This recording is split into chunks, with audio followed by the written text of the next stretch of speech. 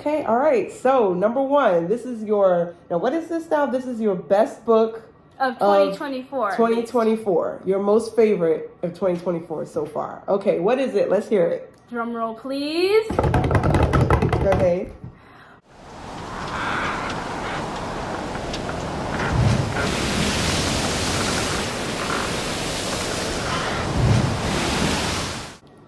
Hi, welcome back to another video. This is Janine, and you're watching Janine Journeys in Books. So on this channel, I share what I'm reading, I share book recommendations, and we also invite you in the comments to let us know what you're reading, and hopefully I or someone else watching this video can get a great next read. So as you can see, I have with me Nina, and Nina is back with another one of her favorites videos. So she has all the content for today's video, so I'm going to turn it over to her. Take it away, Nina. Hi, today's video will be about my top 5 favorite books for middle grade in 2024. So these are my all-time favorite books, whether it's mystery, fiction, sci-fi. It's all like a mix of my top 5 favorite books. Okay, and I'll be starting from number 5, so make sure to watch the whole video so you can find out what my number 1 favorite book is. Alright, number 5, Cupcake Diaries by Coco Simon. This book is rated 8+ on Amazon, and I think this was a pretty good series. There are like 20 books, over 20 books, which I think is impressive. The first book is about a 12-year-old girl named Katie Brown, whose first day of middle school is not going very well for her because her best friend Callie, who's been friends with her for like a long time, since they were babies and their moms are friends. Her best friend Callie just got back from Camp Boy Crazy, or that's like a nickname that Katie calls it. And now she's part of the PGC, which is the Popular Girls Club, which is basically a bunch of kind of mean popular kids that think they're better than everyone else, and Katie doesn't really like them that much, so she's kind of upset when Callie joins them and she's not invited and stuff. So she ends up pretty much alone for her first day. Wow, all this happens on the first day of school. Yeah. Oh, wow, that's a lot. Okay. People change over the summer. I see. Sometimes. Okay. Mm-hmm. Okay. So at lunchtime, she sits with a couple of girls. Their names are Mia, Emma, and Alexis. And they each have their own personalities. They're pretty cool too. But if you read the series, you'll figure that out. And she takes a bite of a cupcake that her mom made her, because her mom is a dentist, but she's also like bakes cupcakes. So she takes a bite, and then she suddenly has the idea. Actually, she splits the cupcake with her friends. Oh, nice. Yeah. Okay. Her new friends. Okay. And then decides to start a cupcake club with them. And yeah, the story is basically about their business. Like, they turn it into a business. It's not really a club. It's more like they can make money for the stuff they do. And they work together to make sure it's successful. So you mentioned this is a series. Is this the end for Callie, or does Callie go on through the other books? Is she a character in the rest of the books? Yes. Callie's not part of the Cupcake Club, right. At least not in the books that I've read so far. Okay, but this friendship, this tension, it continues. And another thing, the books alternate between different points of view. So like the first book is about Katie's point of view. The next books are about, then there's Mia, then Emma, then Alexis, and then over again. Okay, nice. Okay. So it's a pretty interesting series, and I definitely recommend it. My younger sister liked it too. She's like 9. Well, she kind of liked it. She moved on, but. Okay, so that's the number 5 book. That's Cupcake Diaries by Coco Simon. Okay. Number 4, Willow Falls series by Wendy Mass. This book is also 8+ on and she's talking about age. Yeah. Recommended for age 8 and up. This could, even if this is what Amazon says, like it may or may not be accurate. I don't know if they even read that. The first book is basically about a girl named Amanda, who it can't wait to turn 11. And sounds like somebody I know. Carry on. But things go wrong, and she figures out that she won't be spending her birthday with Leo, who's like her best friend. At the very beginning of the story, there's like this little backstory where Leo and Amanda have been friends since birth. Like, they're in the hospital. Their parents didn't really know each other, but they met in the hospital. Like, pretty interesting. And then there's this mysterious lady who, like, I think she delivered the babies, but she also comes up in the series. Like, she has this weird duck mark on her cheek. But she's kind of mysterious and sort of weird. I don't know. Yeah. Really interesting character. I think she secretly follows them around, but... Oh. Anyway, Amanda, it's her 11th birthday, and she wakes up on her 11th birthday, and she's excited for a new awesome day. So she goes through her day, and then she falls asleep, and then she wakes up, ready to start another new day, but her birthday, everybody says, "It's your birthday!" again. Oh, okay. Then she wakes up again, her birthday. And then she realizes that her birthday keeps repeating itself. At first she's pretty shocked, and then she's trying to figure out what's happening. Cause yeah, imagine waking up one day, and then the day repeated. Like, that'd be interesting. Yeah, that'd be kind of, I don't know. I don't know. At first I might be scared, but then I'd be like, oh, more presents, more cake. But I don't know. That's actually weird. Everything resets itself, so it's not more presents. It's actually the same presents. Okay, yeah. Makes sense. That's weird. Okay. So she has to figure out why her birthday is repeating. And I'm just going to say, I don't want to spoil too much of the story. Don't give the spoilers away. But sounds like it's pretty interesting. How does she solve this mystery? And then it's actually a series of 5 books. Okay. And the book is called Willow Falls series, so it's about other girls in Willow Falls. So it's not just Amanda, but Amanda and Leo do show up in the other books. Okay. So yeah, we got other people there too, and they all connect. Okay. Okay. All right. So that's number 4 book, Willow Falls series by Wendy Mouse. Number 3, Front Desk by Kelly Yang. This was a pretty amazing book that I really was impressed. The writer is really good, but I'll tell you what the story's about. The main character is named Mia Tang, a 10-year-old girl whose parents have just moved from China to America. And they're working at this place called the Calvista, if that's how you spell it. The Calvista Motel, cleaning rooms while Mia manages the front desk.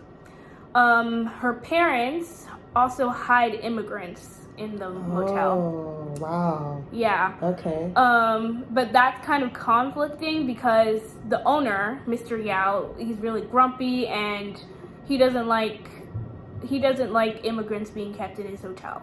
So if he finds out, that means that Mia's parents could lose their job. Wow, interesting. Another thing is Mia wants to be a writer, but her mom thinks she should continue to study math because English isn't her first language. Ah, I see. Okay, interesting. So she wants to be a writer, but English isn't her first language. I see. So she's got that problem to overcome. Okay, now is this a standalone book, Front Desk, or is it a series? It's another series. Oh wow. Okay. Yeah. Okay. I read all of the books actually. They're pretty good. Yeah. And I didn't know this was on her list, but her younger sister, the 9-year-old, I saw her with that book this week, and then like a day or 2 later, she was done. I mean, she literally sat there and went through that whole book. That was what I was going to say, because I borrowed that book for her thinking she would probably like it, and she did. She's already got the next book. I mean, every time I looked at her, she had that book open, so I definitely can agree with Nina on that recommendation. And that is Front Desk by Kelly Yang. If I haven't said that already, I'm not sure. It's 9+. So her age is 9 and up. Okay, nice. Number 2, Unfadeable by Maurice Broaddus. This is, I like the writer's writing style. I talked about this in a previous book. I like the writing style. A previous video where I talked about writing styles. But the main character of this book is called Bella. Her name is Bella Fades. She's 13 years old, and she's a graffiti artist who spends her time tagging bridges and walls. And her artist name is Unfadeable. So yeah. Okay, nice. Her neighborhood is in Indianapolis, and it's called The Land. And she tries to avoid people because someone could possibly tip off social services that she's living alone due to something that happened in her past that I don't want to spoil. Okay. So yeah. So she's kind of a little bit on the run. Does she go to school or? She does go to school actually, but she probably doesn't make friends and stuff because. Okay. So finally, the problem in this story is that the land is getting defunded by some people in high places, and it gets harder to stay quiet because she wants to get involved and make sure that her neighborhood isn't getting defunded. I see. So she basically has to team up with some unlikely friends and attracting potential enemies. I think I've read the book twice. Wow. Yeah. Wow. That's a lot because I don't usually like reading books twice. I don't usually either. Because you kind of know what happens, but wow, that says something. But yeah. If you want to go back and experience it again, that means it must really be and pay good. closer attention too. Yeah. So yeah, I think this is a pretty good book. So definitely make sure to check it out. Okay, so that's her number 2 book, Unfadeable by Maurice Broaddus. Okay, all right. So number 1, this is what is this now? This is your best book of 2024. 2024. Your most favorite of 2024 so far. Okay, what is it? Let's hear it. Drum roll, please. Okay.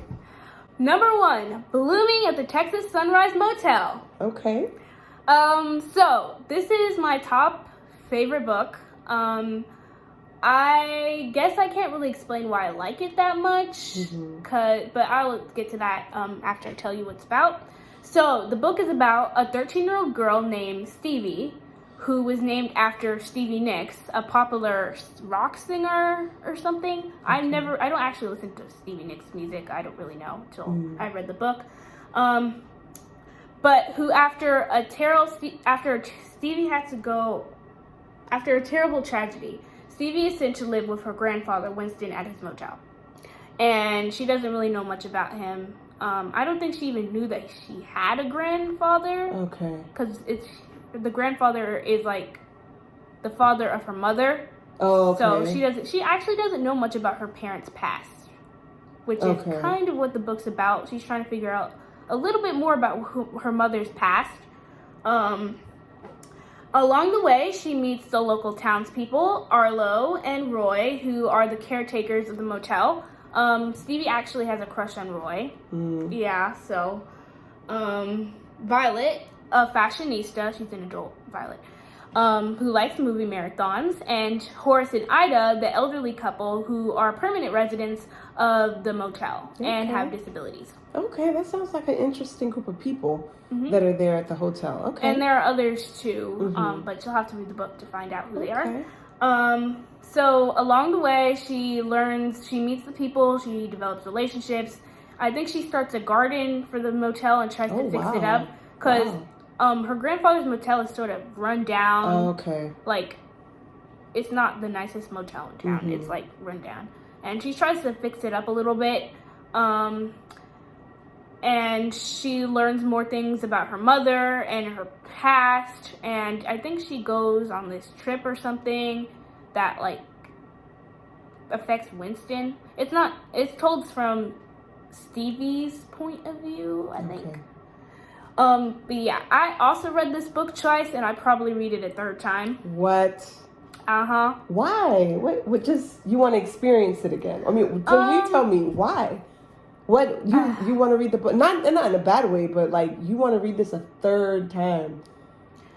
Well, for one thing, Kimberly Willis Holt, the author of this book, is pretty good. I think she also wrote My Louisiana Sky,